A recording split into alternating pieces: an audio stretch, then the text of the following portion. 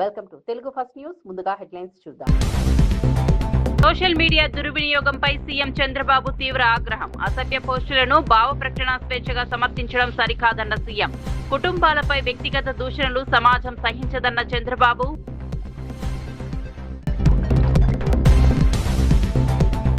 నిరుద్యోగులను మోసం చేసిన కాంగ్రెస్ ను నిలదీయాలని కేటీఆర్ పిలుపు. యూత్ డిక్లరేషన్ల పేరుతో యువతను మోసం చేశారన్న కేటీఆర్. యువతతో పెట్టుకుంటే కాంగ్రెస్ కు రాజకీయ మూల్యం తప్పదని వ్యాఖ్య.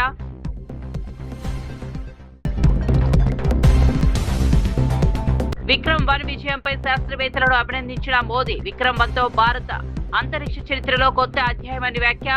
ప్రైవేట్ రాకెట్ విజయంపై స్కై రూట్ బృందానికి ప్రధాని అభినందనలు.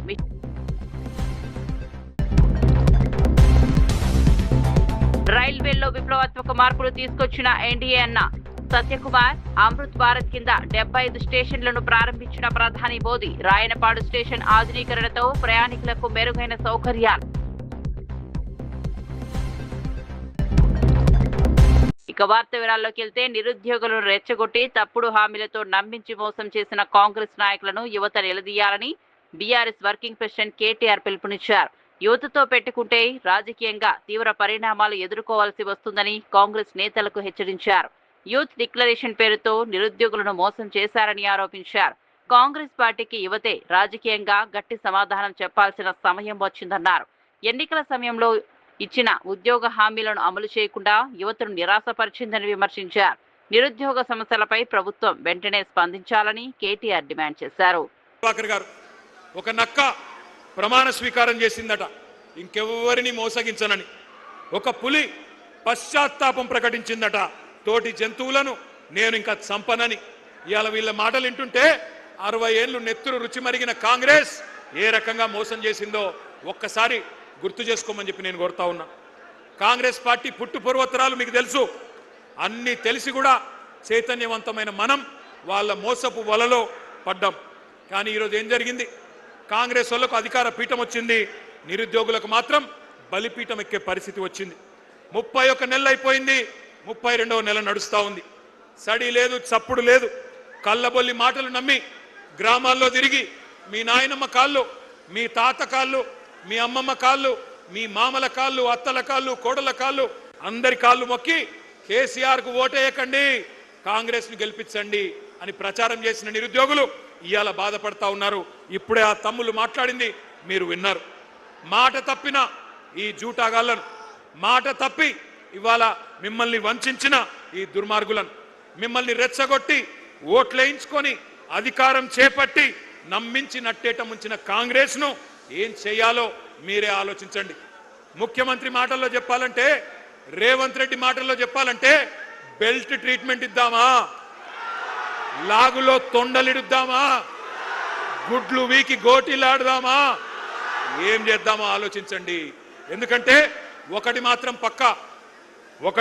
పక్కా, ఒక్క మెసేజ్ పోవాలి పార్టీలకు, రాజకీయ పార్టీలకు, రాజకీయ నాయకులకు. యువతరంతో పెట్టుకుంటే కొన్ని తరాల పాటు పుట్టగతులు లేకుండా పోతారు అన్న సందేశం మాత్రం పోవాలి.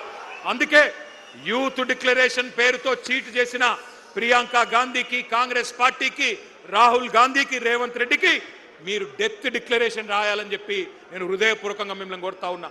వాళ్ళ సావు దెబ్బ కొడితేనే, వాళ్ళకు డెత్ డిక్లరేషన్ రాస్తేనే వాళ్ళకు సోయొస్తుంది, బుద్ధి వస్తుంది. తాను ఎవరో రాసిచ్చిన స్క్రిప్ట్ చదివే నాయకుడిని కాదని, ఎవరి చేతిలోనూ రిమోట్ కంట్రోల్లా పనిచేసే వ్యక్తిని కాదని బీజేపీ ఎంపీ ఈటెల రాజేందర్ స్పష్టం చేశారు. తన రాజకీయ ప్రయాణంలో స్వతంత్రంగా నిర్ణయాలు తీసుకుంటూ ప్రజల సమస్యలపై పోరాటం చేశారని పేర్కొన్నారు. వ్యక్తిగత అభిప్రాయాల ఆధారంగానే మాట్లాడతారని, ఎవరి ఒత్తిళ్లకు తలొగ్గే స్వభావం తనది కాదన్నారు. తన రాజకీయ వైఖరి ప్రజల ప్రయోజనాల కోసమే ఉంటుందని, నిజం అనిపించిన విషయాన్ని ధైర్యంగా చెబుతారని ఈటెల రాజేందర్ వెల్లడించారు. చెండాడే ప్రయత్నం కూడా చేస్తాం. మేము ఎవరి మెప్పు కోసమో, ఎవరి స్క్రిప్ట్ రాసిస్తేనో, ఎవడు పలికిస్తేనో పలికేటోళ్ళం కాదు. మేము స్వయం ప్రకాశకులం. మాకు సొంత జ్ఞానం, సొంత అవగాహన, సొంత కమిట్మెంట్ ఉన్న వాళ్ళం. మేము కుంజిస్తే రిమోట్ కంట్రోల్ లాగా ఉంటుండే కాదు. ఈ అవగాహన మా మీద ఆరోపణ చేసేటువంటి నీచులకు ఉండాలని చెప్పి నేను మనవి చేస్తున్నాను. జిల్లా గుడివాడ సభలో ముఖ్యమంత్రి నారా చంద్రబాబు నాయుడు సోషల్ మీడియాలో జరుగుతున్న అసభ్య పోస్టులపై తీవ్ర ఆగ్రహం వ్యక్తం చేశారు. ఎన్నికల్లో ప్రజలు చాలా వరకు రాజకీయ చర్చలను శుభ్రం చేశారని, ఇంకా కొన్ని చోట్ల దాని ప్రభావం కనిపిస్తోందన్నారు. ఉప ముఖ్యమంత్రి పవన్ కళ్యాణ్ కుటుంబంపై సోషల్ మీడియాలో అసభ్యకర పోస్టులు పెట్టి దానిని భావ ప్రకటన స్వేచ్ఛగా సమర్థించుకోవడం సరికాదని మండిపడ్డారు. వ్యక్తిగత దూషణలు, కుటుంబాలపై అవమానకర ప్రచారాన్ని సమాజం సహించదని పేర్కొన్నారు. బాధ్యతాయుతమైన సోషల్ మీడియా వినియోగం అవసరమని సీఎం చంద్రబాబు సూచించారు. కష్టపడే మనస్తత్వం ఉంది. నేను గాని, మా మిత్రుడు పవన్ కళ్యాణ్ గారు గాని, నరేంద్ర మోడీ గారు గాని మేమందరం ఒకటే ఆలోచిస్తున్నాం.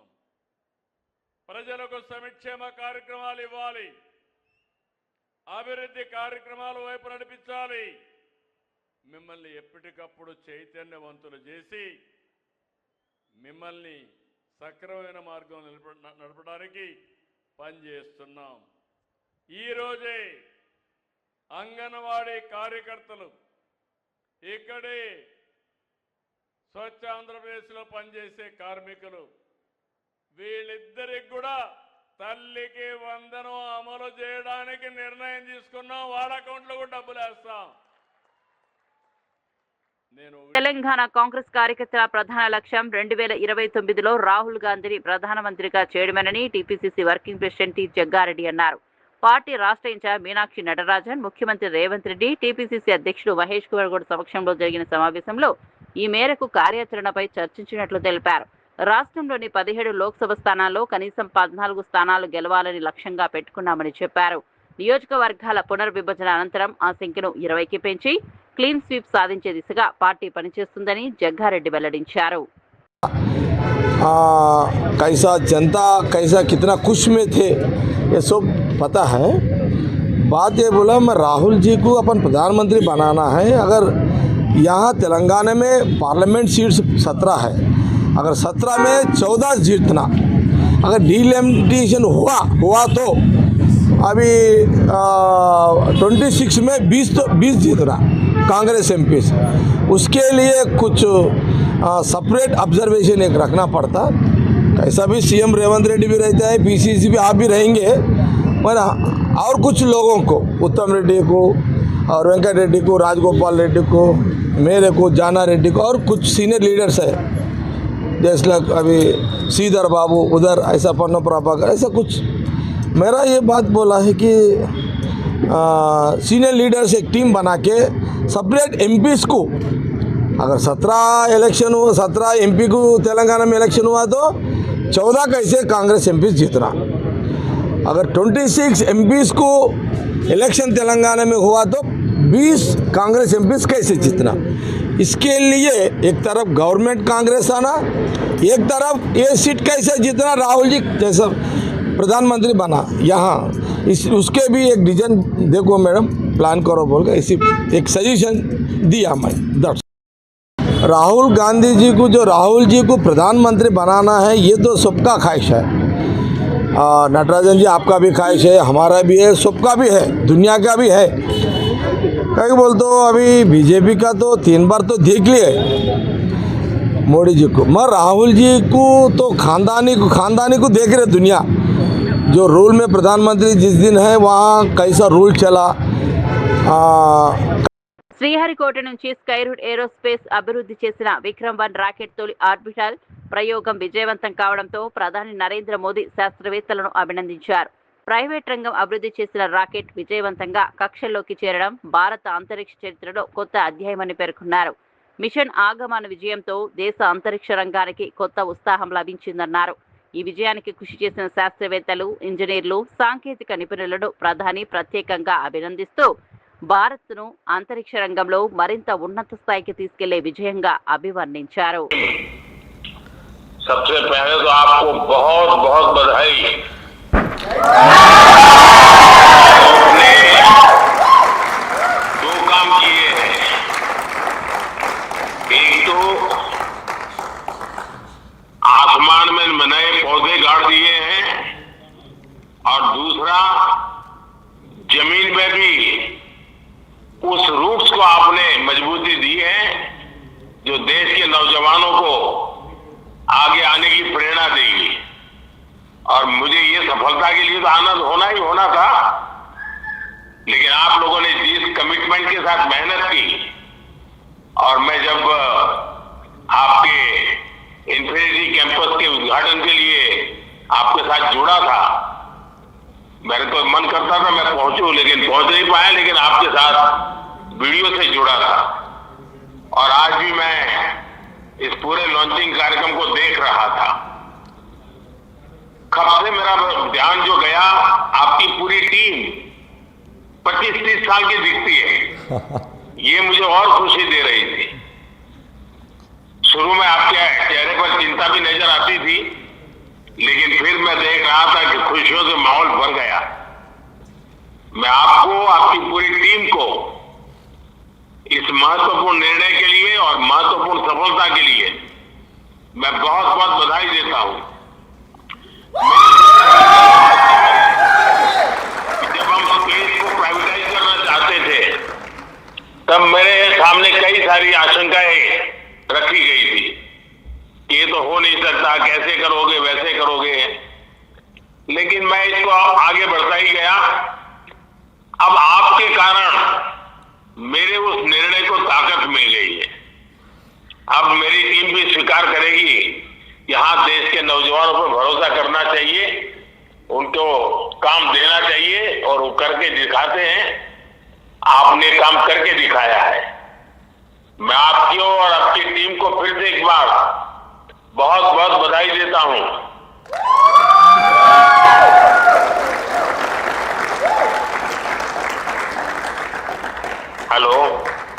Hello, sir. Thanks a lot for your wishes. And our team, entire team of Skyroad, more than 1,000 people are here in Sriharikota and listening to you.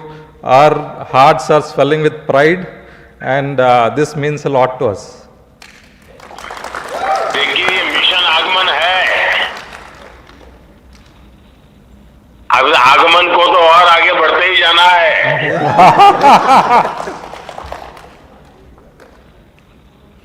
Sure, sir. और सर आपका कार्ड जो आप भेजे थे, that has successfully reached space and you have written Vande Mataram. So Vande Mataram is in orbit. देखिए, मेरे लिए बहुत खुशी की बात है, जब आपने सुझाव भेजा तो मेरे मन में कई विचार आए थे, लेकिन आखिर मैंने सोचा मैं सिर्फ वंदे मातरम लिखूंगा। उसके दो कारण थे।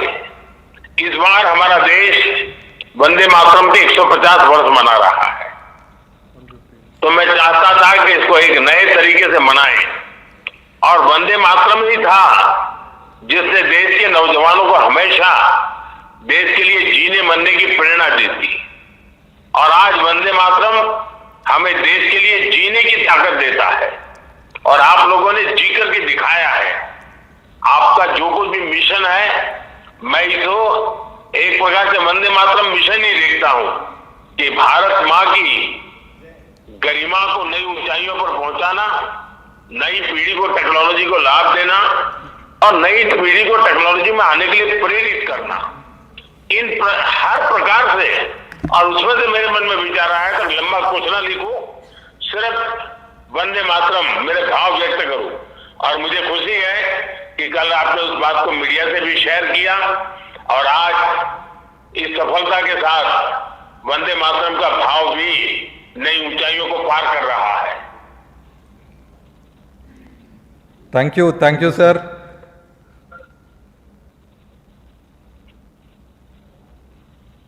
मैं आपकी पूरी टीम को बहुत बहुत बधाई देता हूं, और जल्द से जल्द आपको मिलने के लिए निमंत्रण भी देता हूं।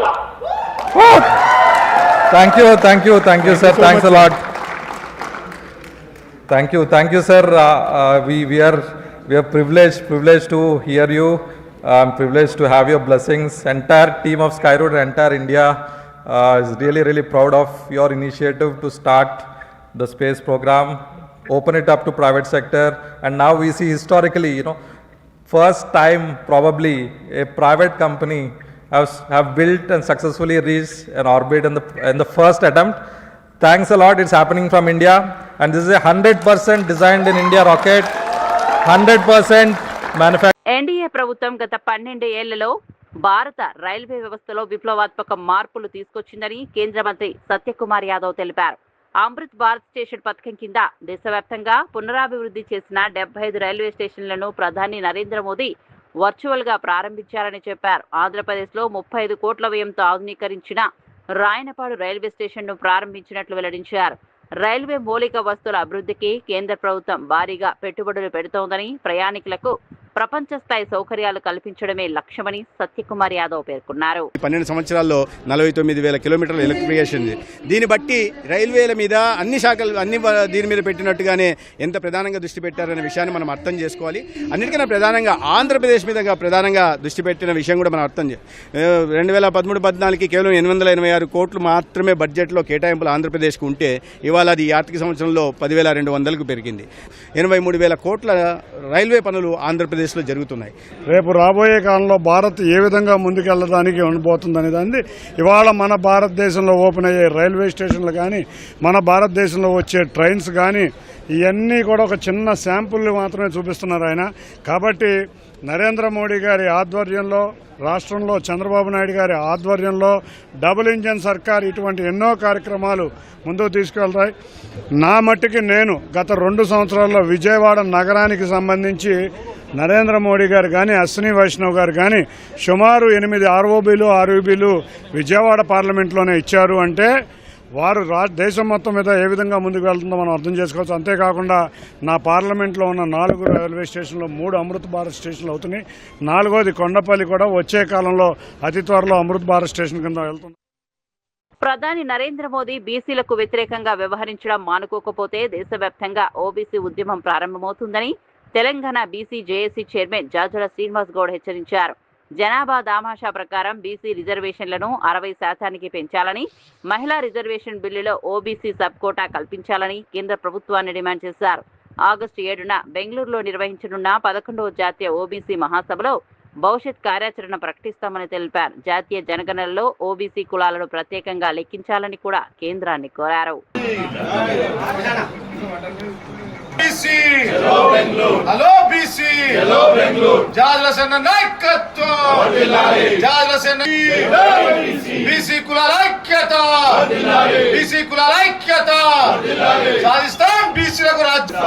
చేపట్టాలి జాతి జనగణను ఓబీసీ కులగణను చేపట్టాలి జాతి జనగణను ఓబీసీ కుటుంబాల లెక్కింపును చేపట్టాలి. మహిళా బిల్లులో బీసీ మహిళలకు మహిళా బిల్లులో బీసీ మహిళలకు సబ్ కోటా కల్పించాలి.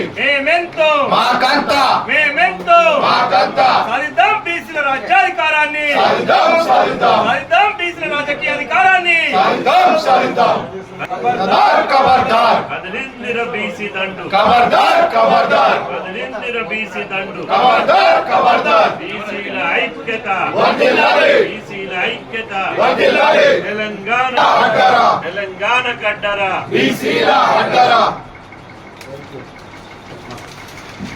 ఏకతాటి మీద తీసుకొచ్చి దేశంలో బీసీ ఉద్యమ నిర్మాణాన్ని దేశవ్యాప్తంగా విస్తరించడానికి, దేశంలోని 80 కోట్ల మందిని ఏకం చేయడానికి ప్రతి సంవత్సరం జాతీయ స్థాయిలో 29 రాష్ట్రాల ప్రాతినిధ్యంతో మేము జాతీయ ఓబీసీ మహాసభను నిర్వహిస్తున్నాం.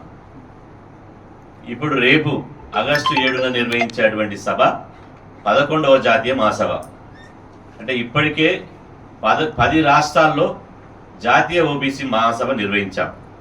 ఢిల్లీ నుంచి కాశ్మీర్ నుంచి కన్యాకుమారి వరకు, కాశ్మీర్ నుంచి కన్యాకుమారి వరకు బీసీ ఉద్యమాన్ని విస్తరించడమే లక్ష్యంగా, బీసీలకు రాజ్యాధికారమే ధ్యేయంగా, బీసీలను ఐక్యం చేయడానికి, దేశవ్యాప్తంగా ఉన్నటువంటి బీసీ డిమాండ్లను పరిష్కరించుకోవడానికి ఈ జాతీయ ఓబీసీ మహాసభ నిర్వహిస్తున్నాం.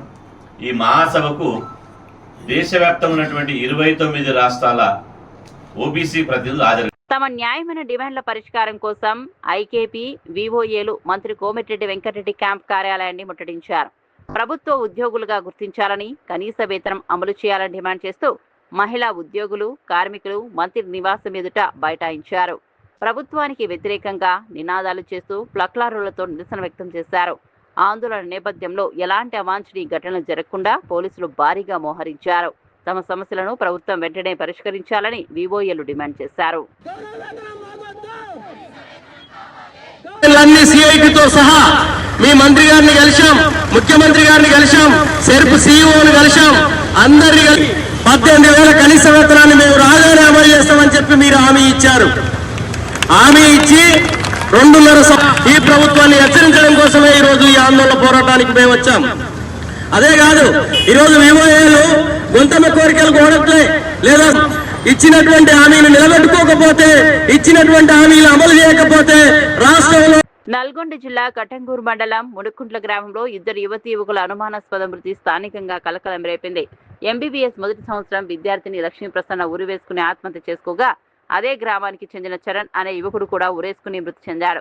ఒకే గ్రామంలో వరుసగా జరిగిన ఈ ఘటనలతో గ్రామస్తులు ఆందోళనకు గురయ్యారు. సమాచారం అందుకున్న పోలీసులు కేసు నమోదు చేసి దర్యాప్తు ప్రారంభించారు. ఈ 2 మరణాలకు గల అసలు కారణాలపై అన్ని కోణాల్లో విచారణ చేపడుతున్నట్లు పోలీసులు తెలిపారు.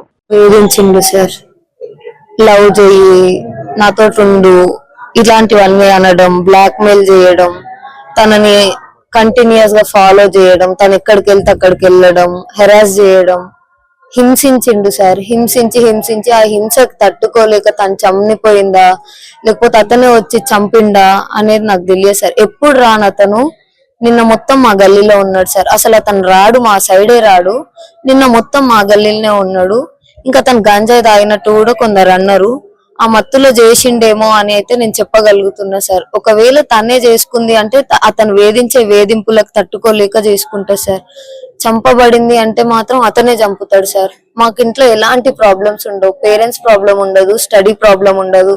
తను ఒక కాలేజ్ టాపర్, ఎంబీబీఎస్ క్యాండిడేట్.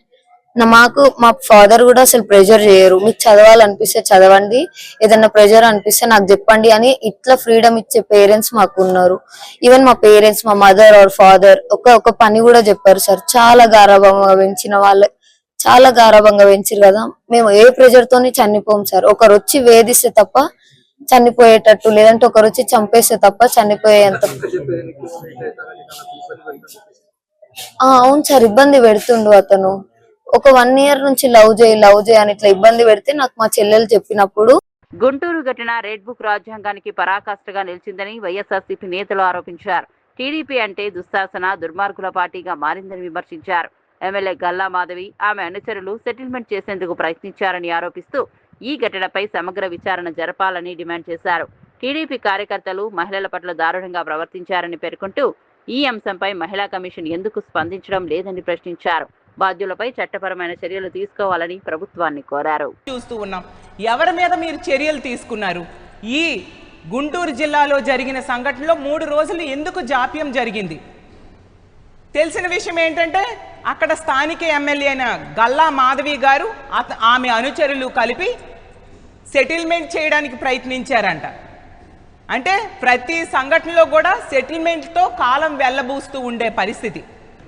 ఇక్కడ చట్టం, న్యాయం ఏమీ ఉండవు. రెడ్ బుక్ రాజ్యాంగం, వాళ్ళ అనుచరులు ఏం చేసినా, మహిళల్ని వేధించినా ఎటువంటి చర్యలు ఉండవు.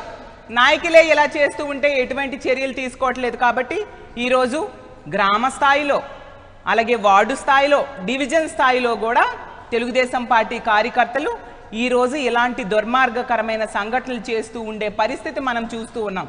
అసలు తాలిబాన్ల రాజ్యంలా ఉన్నట్టుగా ఉంది. తెలుగుదేశం పార్టీ అంటే, టీడీపీ అంటే తెలుగుదేశం పార్టీ, కానీ ఈ ఆంధ్రప్రదేశ్ రాష్ట్రంలో టీడీపీ అంటే తెలుగు దుశ్శాసన పార్టీగా మారిపోయింది. టీడీపీ అంటే తెలుగు దుర్మార్గుల పార్టీగా ఈరోజు మారిపోయింది. ఇంత దారుణమా? అసలు ఆటవిక రాజ్యంలో కూడా ఎలాంటి సంఘటనలు జరగవు. అసలు మహిళలకి ఇంట్లో ఉన్న రక్షణ లేదు, బయటకు వెళ్ళినా రక్షణ లేదు. అసలు లా అండ్ ఆర్డర్ పూర్తిగా ఫెయిల్ అయిపోయింది కూటమి అధికారంలోకి వచ్చాక. అసలు చంద్రబాబు నాయుడు గారు, అసలు మహిళా హోంమంత్రి ఏం చేస్తున్నారు 3 రోజులైనా?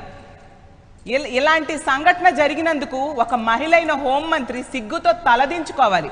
ఆమె నైతిక బాధ్యత వహించి రాజీనామా చేయాలి. తన పార్టీ కార్యకర్త, తన పార్టీ వార్డు ఇన్ఛార్జ్ ఈ విధంగా చేశాడు, సిగ్గుపడాలి.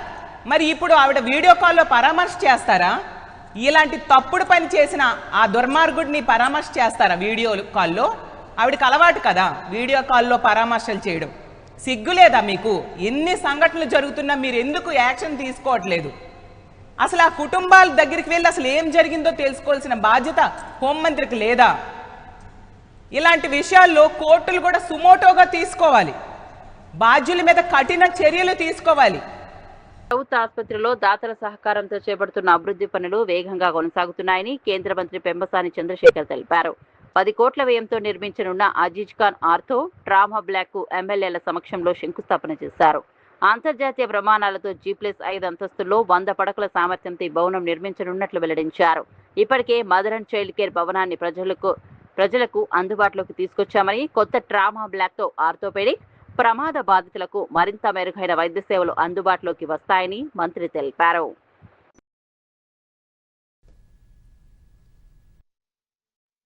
దాదాపు 10 కోట్లు లేదా దానికంటే కొద్దిగా 1-2 crores ఎక్కువైనా కూడా ఆర్థో అండ్ ట్రామా బ్లాక్ కి శంకుస్థాపన చేయడం జరిగింది. 100 బెడ్లు ఉంటాయి, 85 ఏమో వార్డుల్లో బెడ్లు, 15 ICU బెడ్లు, G+5 ఫ్లోర్స్ అన్నారు. అయితే మనం ఇప్పుడు పార్కింగ్ కూడా ఒక ఫ్లోర్ ఉంటే బాగుంటుందని అడుగుతా ఉన్నాం. ఇందులో 2 ఆపరేషన్ థియేటర్లు ఉంటాయి. గ్రౌండ్ ఫ్లోర్లో ఎక్స్రే, ECG, అల్ట్రాసౌండ్, అదేవిధంగా డ్రెస్సింగ్ రూములతోటి ఓపీ ఉంటుంది. ఇక్కడ 18 నెలల్లో దీన్ని కంప్లీట్ చేయాలనేటువంటి ముఖ్య ఉద్దేశం. ఎందుకంటే దాదాపుగా ఇక్కడ ప్రతి నెల 10 నుంచి 12,000 మంది ఆర్థో ట్రామా బ్లాక్ ఇక్కడికి వస్తారు. 350 సర్జరీలు జరుగుతాయి ఇక్కడ. కాబట్టి ఈ కొత్త భవనం వచ్చే 75 నుంచి 100 సంవత్సరాలు ఈ ప్రాంత ప్రజలకి మంచి ఆధునిక వసతులు అందిస్తుందని, అది ఇంటర్నేషనల్ స్టాండర్డ్లో కట్టబోతా ఉన్నారు. సోషల్ మీడియా దుర్వినియోగంపై సీఎం చంద్రబాబు తీవ్ర ఆగ్రహం. అసభ్య పోస్టులను భావ ప్రకటన స్వేచ్ఛగా సమర్థించడం సరికాదన్న సీఎం. కుటుంబాలపై వ్యక్తిగత దూషణలు సమాజం సహించదన్న చంద్రబాబు.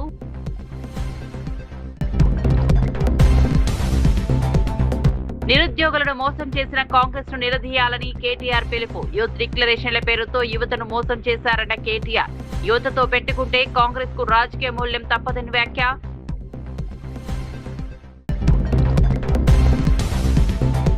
విక్రమ్-1 విజయంపై శాస్త్రవేత్తలను అభినందించిన మోదీ. విక్రమ్-1తో భారత అంతరిక్ష చరిత్రలో కొత్త అధ్యాయమని వ్యాఖ్య. ప్రైవేట్ రాకెట్ విజయంపై స్కైరూట్ బృందానికి ప్రధాని అభినందనలు.